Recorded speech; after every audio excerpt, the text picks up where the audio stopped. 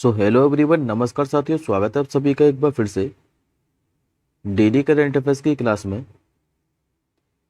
और आज है साथियों आप लोगों की 18 नवंबर। और आज हम सभी 18 नवंबर से बनने वाले जितने भी आप लोगों के मोस्ट इंपॉर्टेंट करंट अफेयर्स के प्रश्न बने, इन सभी प्रश्नों को हम इस क्लास के अंदर डिस्कस करेंगे। तो चलिए साथियों, बिना किसी देरी के हम लोग क्लास को शुरू करते हैं। लेकिन उससे पहले एक बार हम लोग लास्ट क्लास के क्वेश्चनों को देख लेते हैं, जो कि हम लोगों ने 17 नवंबर को पढ़े थे। उसके बाद हम लोग आज के क्वेश्चनों को देखेंगे। जैसा कि साथियों मैंने लास्ट क्लास के अंदर आप लोगों को पढ़ाया था कि अभी चीन ने जो चांद के मेगा पोर्ट है, इसका अनावरण अभी कहां पर किया था? तो पेरू के अंदर। आरबीआई ने भी किसे डीएसआईबी के रूप में नामित किया था? तो तीन बैंकों को। एक तो थी साथ इसमें स्टेट बैंक ऑफ इंडिया, दूसरी थी एचडीएफसी बैंक, और तीसरी कौन सी थी? तो आईसीआईसीआई बैंक। अभी नो योर मेडिसिन ऐप ये किसने लॉन्च किया था? तो नाडा के द्वारा, यानी कि नेशनल एंटी डोपिंग एजेंसी के द्वारा। बाली यात्रा जो महोत्सव है, ये कहां पर प्रारंभ हुआ है? तो उड़ीसा के कटक के अंदर। एटीपी फाइनल में जीतने वाले सबसे अभी जो उम्रदराज खिलाड़ी है, ये कौन बने थे? तो भारत के साथ ही रोहन बोपन्ना। और इन्होंने ये जो खिताब है, ये किसके साथ मिलकर जीता था? तो ऑस्ट्रेलिया के खिलाड़ी मैथ्यू एबडन के साथ मिलकर।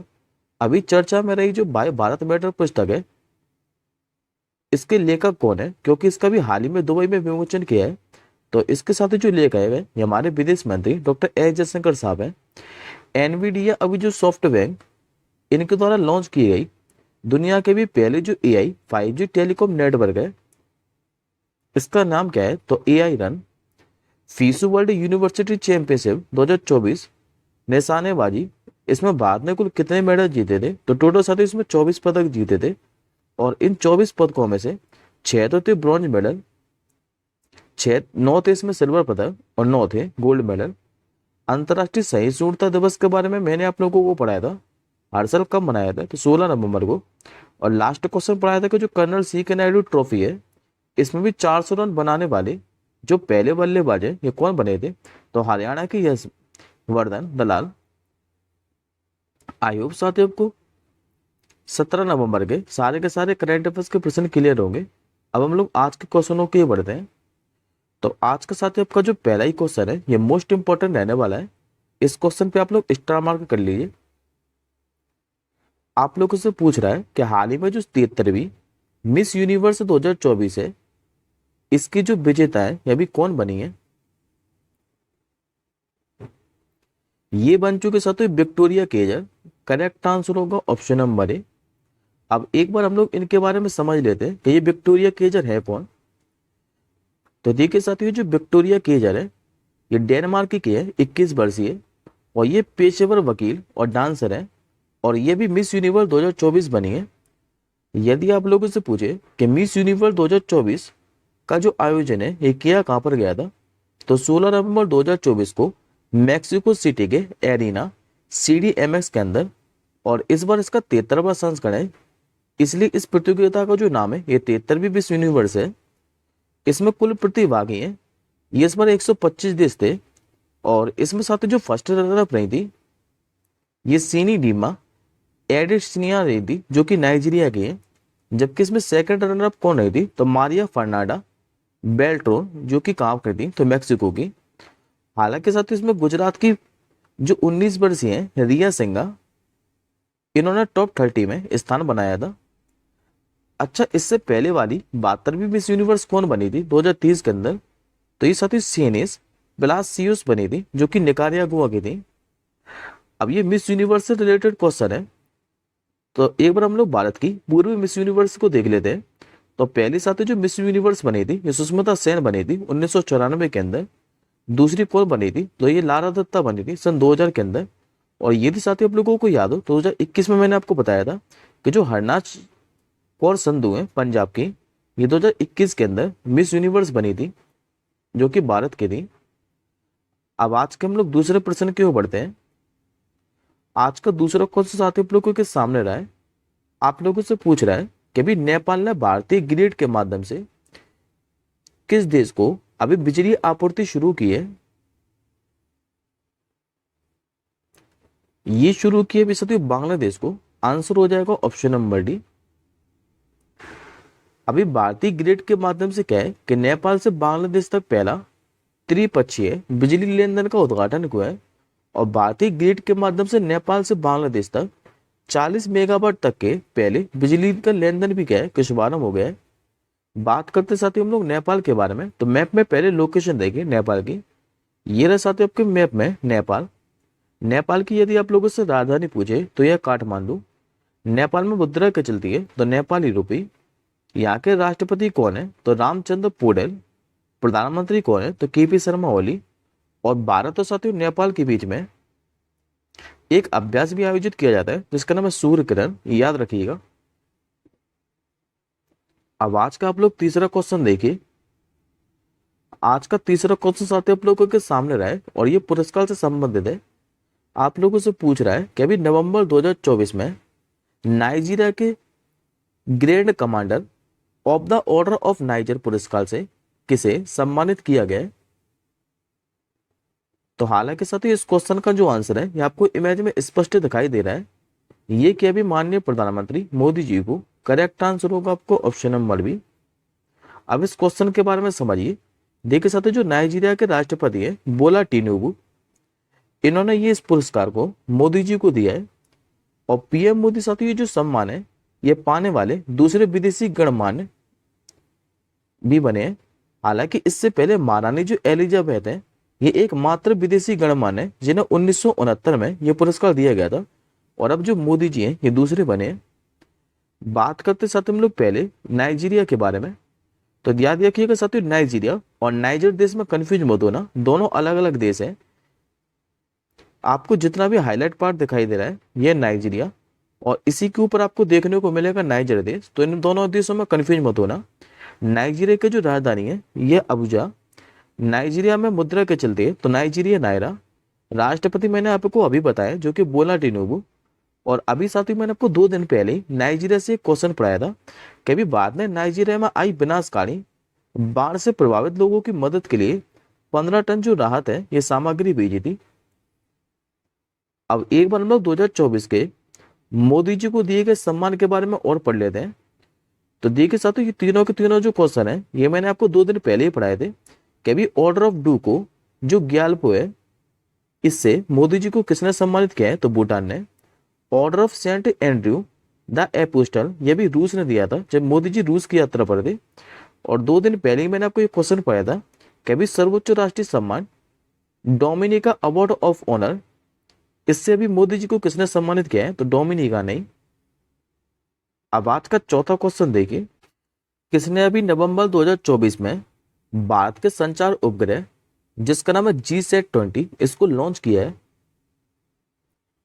तो ये लॉन्च के साथ ही स्पेस एक्स के द्वारा। करेक्ट आंसर होगा ऑप्शन नंबर बी।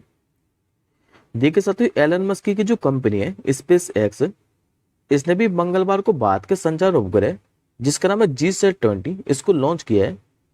और किस रॉकेट के माध्यम से इसे लॉन्च किया गया तो फाल्कन 9 रॉकेट के माध्यम से। और ये जो साथियों GSAT-N2 उपग्रह जिसे GSAT-20 भी नाम दिया है इसको अमेरिका के जो केप कैनावरेल है यहीं से लॉन्च किया जाएगा। और इसमें साथियों खर्च कितना आने वाला है तो 591 करोड़ रुपए का। इसका वजन कितने रहने वाला है तो 47 किलोग्राम। हालांकि साथियों भारत का अपना जो रॉकेट है जो कि बाहुबली लॉन्च व्हीकल है जिसका नाम मार्क 3 ये जो अधिकतम भार है ये 4000 से लेकर 4100 किलोग्राम तक के वजन के अंतरिक्ष को कक्षा में ले जा सकता है। और इसका जो वजन है ये काफी ज्यादा है। इस कारण हमने इसको जो स्पेस एक्स कंपनी है इसी से लॉन्च करा है फाल्कन 9 रॉकेट के माध्यम से। अब बात करते साथ हम लोग स्पेस एक्स के बारे में, तो इसकी स्थापना हुई थी 14 मार्च 2001 के अंदर। मुख्यालय का इसका तो टेक्सास से संयुक्त राज्य अमेरिका के अंदर। और संस्थापक मैं आपको बता चुका हूं जो कि स्पेस एक्स के मालिक एलन मस्क। अब आज का 5वां क्वेश्चन देखिए। आज का आपका साथी जो 5वां क्वेश्चन है ये उच्चायुक्त से संबंधित है। आप लोगों से पूछ रहा है कभी मॉरिशस में भारत का जो अगला उच्चायुक्त है ये किसे नियुक्त किया गया है। नाम है दोस्तों इनका अनुराग श्रीवास्तव। करेक्ट आंसर हो जाएगा आपका ऑप्शन नंबर बी। ये जो साथियों अनुराग श्रीवास्तव है ये अनुभवी राजनयिक और भारतीय विदेश सेवा के 1999 बैच के अधिकारी हैं। और इनको भी मॉरिशस में क्या है कि भारत का अगला उच्चायुक्त नियुक्त किया है। बात करते हैं दोस्तों हम लोग मॉरिशस के बारे में, तो पहले मैप में लोकेशन देखिए मॉरिशस की। जितना भी साथी आपको जो छोटा सा हाईलाइट पार्ट दिखाई दे रहा है, ये हिंद महासागर में अफ्रीका के पूर्वी तट पर स्थित एक द्वीपीय देश है। यहाँ की राजधानी क्या है तो पोर्ट लुइस। मॉरिशस की मुद्रा क्या है तो मॉरिशस रुपया। और यदि दोस्तों आप लोगों को याद हो तो 3 दिन पहले ही मैंने आपको यहाँ से क्वेश्चन पढ़ाया था कि मॉरिशस के भी नए प्रधानमंत्री बने थे, इनका क्या नाम था, तो डॉक्टर नवीन राम गुलाम। ये नाम याद रखिएगा। अब ये साथी उच्चायोग से रिलेटेड क्वेश्चन है, तो एक बार हम लोग राजदूत और उच्चायोग से संबंधित जितने भी करंट अफेयर्स के प्रश्न है एक बार इनको रिवीजन कर लेते हैं, क्योंकि काफी दिनों से हमने रिवीजन नहीं किए हैं। जैसे कि साथियों मैंने आपको नीदरलैंड में बात के राजदूत बताए थे, जो कि कौन बने थे तो कुमार तुही। आइसलैंड में भी बात के राजदूत कौन बने थे तो आर रविंद्र। क्रोएशिया के अंदर बात के राजदूत कौन बने थे तो अरुण गोयल। स्वाति विजय कुलकर्णी का नाम पढ़ाया था, इनको अल्जीरिया के अंदर बनाया गया था। मुक्तिश परदेसी के बारे में पूछे तो ये तुर्की के अंदर बने थे। जर्मनी में अभी बात के राजदूत कौन बने थे तो अजीत कुमार गुप्ते। फ्रांस में कौन बने थे तो संजीव कुमार सिंगला।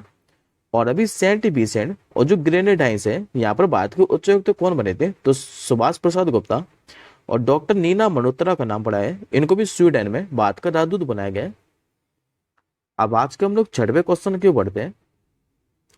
आज का साथियों को जो छठवां क्वेश्चन है ये भी महत्वपूर्ण रहने वाला है, इस पे भी आप लोग स्टार मार्क कर लीजिए। आप लोगों से पूछ रहा है कि अभी दुनिया के पहले महिला बस डिपो जिसका नाम है सखी डिपो, इसका जो उद्घाटन है यह भी कहां पर हुआ है, तो इसका साथ ही जो उद्घाटन है यह भी दिल्ली के अंदर किया गया है। करेक्ट आंसर होगा आपको ऑप्शन नंबर है। और दिल्ली के भी साथियों कहां पर, तो दिल्ली में साथियों जो सरोजनी नगर है यहाँ पर भी दुनिया के पहले महिला बस डिपो जिसका नाम है सखी डिपो, इसका उद्घाटन हुआ है। और इस डिपो में क्या है कि कुल 230 महिला कार्यबल है, जिसमें से साथियों 89 तो ड्राइवर और 134 कंडक्टर है। और ये जो डिपो है ये 70 बसों का संचालन करता है। अभी साथियों दुनिया में पहले से संबंधित क्वेश्चन है, तो मैंने साथियों आपको कई दिनों से दुनिया में या फिर विश्व में पहले से संबंधित करंट अफेयर्स के क्वेश्चनों को रिवीजन नहीं किया है। आज मैं आपको साथियों पिछले 6 महीने के अंदर जितने भी मैंने आपको दुनिया से पहले या फिर बाद में पहले से संबंधित जो भी करंट अफेयर्स के प्रश्न पढ़ाए वो सारे के सारे मैं आज आपको रिवीजन कराने वाला हूँ। यहाँ से आपको साथियों एक क्वेश्चन एग्जाम में डेफिनेटली देखने को मिलेगा, तो सभी को ध्यान से देखिएगा। जैसे कि साथियों मैंने आपको बात का पहला 24x7 अनाज एटीएम के बारे में पढ़ाया था, जो कि कहाँ पर लॉन्च किया गया था तो उड़ीसा के अंदर। अभी जो वर्ल्ड हेल्थ ऑर्गेनाइजेशन है इसने भी किस देश को आधिकारिक तौर पर कुष्ठ रोग मुक्त होने वाला दुनिया का पहला देश घोषित किया था तो जॉर्डन को। भारत का भी पहला स्वदेशी रूप से विकसित प्रदूषण नियंत्रण पोत्र जिसका नाम है समुद्र प्रताप, ये कहाँ पर लॉन्च किया गया था तो गोवा के अंदर। अगस्त 2024 में मैंने आपको पढ़ाया था कि अभी यूनिफाइड पेंशन स्कीम इसको अपनाने वाला देश का जो पहला राज्य है ये भी कौन सा बना था तो महाराष्ट्र। भारत सरकार ने ग्रीन अमोनिया निर्यात के लिए जो पहला समझौता है ये किस देश के साथ किया था तो जापान के साथ। अभी किसानों से सभी फसलों को एमएसपी पर खरीदने वाला भारत का पहला राज्य कौन सा बना था तो ये बना था दोस्तों हरियाणा।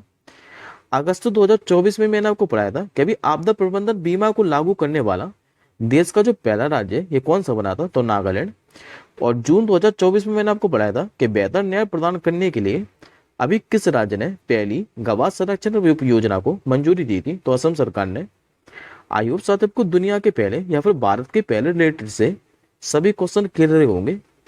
अब हम लोग आज के 7वें क्वेश्चन की ओर बढ़ते हैं। तो आज का आपका जो 7वां क्वेश्चन है ये अपॉइंटमेंट से संबंधित है। आप लोगों से पूछ रहा है कि भारतीय अंतर्राष्ट्रीय फिल्म महोत्सव 2024 के लिए जो अंतर्राष्ट्रीय जूरी का अध्यक्ष है यह भी किसे नियुक्त किया गया है। ये बना दे सकते हो आशुतोष गोवारिकर को। करेक्ट आंसर होगा ऑप्शन नंबर डी। तो 1 लाइन क्वेश्चन है, खाली याद रखिएगा कि भारतीय जो अंतर्राष्ट्रीय फिल्म महोत्सव है 2024 इसके लिए अंतर्राष्ट्रीय जो जूरी का अध्यक्ष है यह भी आशुतोष गोवारिकर को बनाया गया है। अब एक बार साथियों आपको भारतीय अंतर्राष्ट्रीय फिल्म महोत्सव के बारे में पढ़ा देता हूं। हालांकि पहले भी मैं आपको पढ़ा चुका हूं कि इसका जो आयोजन है यह भी 20 से लेकर 28 नवंबर तक गोवा के अंदर किया जा रहा है। और इसका आयोजक कौन है तो सूचना एवं प्रसारण मंत्रालय, नेशनल फिल्म डेवलपमेंट कॉरपोरेशन और एंटरटेनमेंट सोसाइटी ऑफ गोवा। इस वर्ष साथ ही जो ऑस्ट्रेलिया है इसको विशेष फोकस देश के रूप में चुना गया है। और जबकि भारतीय अंतर्राष्ट्रीय फिल्म महोत्सव इस वर्ष का 55वां संस्करण है और इसकी थीम क्या है, तो युवा फिल्म निर्माता भविष्य अभी है। ये 2024 के लिए 55वें भारतीय अंतर्राष्ट्रीय फिल्म महोत्सव की थीम है, तो याद रखिएगा। अब आज का आप लोग 8वां क्वेश्चन देखिए। आज का आपका जो 8वां क्वेश्चन है ये महोत्सव से संबंधित है। आप लोगों से पूछ रहा है कि हाल ही में भी कहाँ प्रसिद्ध जो जौल जीबी मेला है इसका उद्घाटन हुआ है। यूएस साथी उत्तराखंड के अंदर। करेक्ट आंसर होगा ऑप्शन नंबर सी। अभी उत्तराखंड के जो मुख्यमंत्री हैं पुष्कर सिंह धामी, इन्होंने भी उत्तराखंड के पिथौरागढ़ में जौल जीबी मेला 2024 का शुभारंभ किया है। और ये जो सातवें मेला है ये ऐतिहासिक रूप से भारत, तिब्बत, नेपाल और आसपास के क्षेत्रों में बीच सामंजस्य को बढ़ावा देने के लिए प्रसिद्ध है। बात करते साथ ही पहले हम लोग एडिशनल इन्फॉर्मेशन के बारे में। तो अभी मैंने दोस्तों आपको शिल्प समागम मेला के बारे में पढ़ाया था जो कि दिल्ली के अंदर किया गया था। 43वां भारतीय अंतर्राष्ट्रीय व्यापार मेले के बारे में अभी मैंने आपको रिसेंटली पढ़ाया 2 दिन पहले। इसका भी जो आयोजन है ये दिल्ली के अंदर भारत मंडपम में किया है। और जो विश्व प्रसिद्ध पुष्कर मेला है जो कि ऊंटों का सबसे बड़ा मेला है, ये राजस्थान के अजमेर में किया गया था रिसेंटली। अब हम लोग उत्तराखंड से संबंधित करंट अफेयर्स के प्रश्नों को देख लेते हैं। तो जैसे कि दोस्तों मैंने आपको उत्तराखंड में 38वें राष्ट्रीय खेल के बारे में पढ़ाया था 2025, जो कि कहाँ पर होने वाले हैं, तो ये 2025 में होंगे उत्तराखंड के अंदर। भारत और कजाकिस्तान के बीच जो काजिंद अभ्यास है इसका जो आयोजन है उत्तराखंड के औली के अंदर किया गया था। अभी भारत की पहली हेलीकॉप्टर आपातकालीन सेवा ये भी उत्तराखंड में शुरू की गई थी। समान नागरिकता संहिता को लागू करने वाला भारत का पहला राज्य कौन सा बना था, तो ये उत्तराखंड है। अभी जो मदरसा बोर्ड है ये संस्कृत को अनिवार्य विषय के रूप में लागू करेगा, कहां पर, तो उत्तराखंड के अंदर। अभी माननीय प्रधानमंत्री मोदी जी ने भारत की पहली हेली एम्बुलेंस सेवा जिसका नाम है संजीवनी, इसका शुभारंभ कहां से किया था, तो उत्तराखंड के ऋषिकेश से। और देश के पहले राइटर्स विलेज का जो उद्घाटन है ये कहां पर हुआ था, तो ये भी साथियों उत्तराखंड के अंदर ही हुआ था। अब आज का आप लोग 9वां क्वेश्चन देखें। आज का आपका जो 9वां क्वेश्चन है ये दिवस से संबंधित है। आप लोगों से पूछ रहा है कि हर साल जो राष्ट्रीय प्रेस दिवस है यानी कि नेशनल प्रेस डे ये कब मनाया जाता है, तो प्रतिवर्ष साथी जो नेशनल प्रेस डे है ये 16 नवंबर को मनाया जाता है। करेक्ट आंसर होगा ऑप्शन नंबर सी।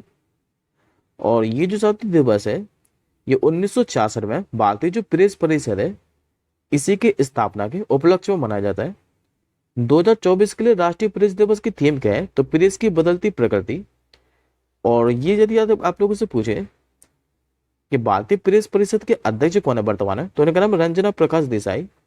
ये तो के साथ ही राष्ट्रीय प्रेस दिवस के बाद इसी में यदि आप लोगों से पूछे कि वर्ल्ड जो प्रेस डे है ये कब मनाया जाता है, तो हर साल 3 मई को। और इसमें साथ ही एक क्वेश्चन आप लोग और याद रखिएगा, यदि आप लोगों से पूछे कि वर्ल्ड प्रेस फ्रीडम इंडेक्स 2024 में भारत की जो रैंक है ये क्या है, तो 159, जबकि पहले स्थान पर कौन सा देश है, तो नॉर्वे। अब आज के हम लोग आखिरी क्वेश्चन की ओर बढ़ते हैं। आज का आखिरी क्वेश्चन आप लोगों से पूछ रहा है कि अभी 6G के लिए इंटेलिजेंट रिसीवर किस संस्थान ने विकसित किया है। इसको विकसित कैसे थे, IIT इंदौर के द्वारा। सही उत्तर होगा ऑप्शन नंबर सी। अभी डॉक्टर स्वामीनाथन आर के नेतृत्व में IIT जो इंदौर है इसने भी 6G और सैन्य संचार सुरक्षा को बढ़ाने के लिए इंटेलिजेंट रिसीवर ये विकसित किया है। ये जो साथी रिसीवर है ये रेडियो फ्रिक्वेंसी के उपयोग को बेहतर बनाता है। अब बात करते हैं तुम लोग महत्वपूर्ण करंट अफेयर्स के प्रश्न के बारे में जो कि मैंने आपको IIT से संबंधित पढ़ाए अभी रिसेंटली। मैंने आप लोगों को पढ़ाया था साथी QS वर्ल्ड यूनिवर्सिटी रैंकिंग जारी की गई थी 2025 वाली, जिसमें साथी जो IIT दिल्ली है इसको ओवरऑल 44वां स्थान मिला था, लेकिन इसने साथी भारत में प्रथम स्थान प्राप्त किया था, अगर आप लोगों को याद हो तो। NIRF रैंकिंग 2024 के बारे में मैंने आपको पढ़ाया था, जिसमें IIT जो मद्रास है ये सर्वश्रेष्ठ संस्थान बना था। और अभी मैंने आपको रिसेंटली पढ़ाया कि भारत का पहला जो रिसर्च IIT सैटेलाइट कैंपस है ये कहां पर स्थापित किया जाना है, तो मध्य प्रदेश के उज्जैन के अंदर। ये आज का सत्र का क्वेश्चन ऑफ द डे है। इस प्रश्न का आंसर मुझे आप लोग कमेंट बॉक्स के अंदर बताइएगा कि प्रथम जो बोडोलैंड महोत्सव है इसका जो आयोजन है ये कहां पर किया जाएगा। इस क्वेश्चन का आंसर मुझे आप लोग कमेंट बॉक्स के अंदर बताइएगा। और एक बात और साथियों, इस क्लास की जो पीडीएफ है ये आप लोग हमारे टेलीग्राम ग्रुप से डाउनलोड कर लीजिएगा। टेलीग्राम ग्रुप का जो लिंक है वो इस वीडियो के डिस्क्रिप्शन बॉक्स में है। तो एक बार सोने से पहले इन क्वेश्चनों को रिवीजन जरूर कर लीजिएगा पीडीएफ के माध्यम से। अब हम जल्दी मिलेंगे अगली क्लास के साथ ही, कल सुबह 4:30 बजे।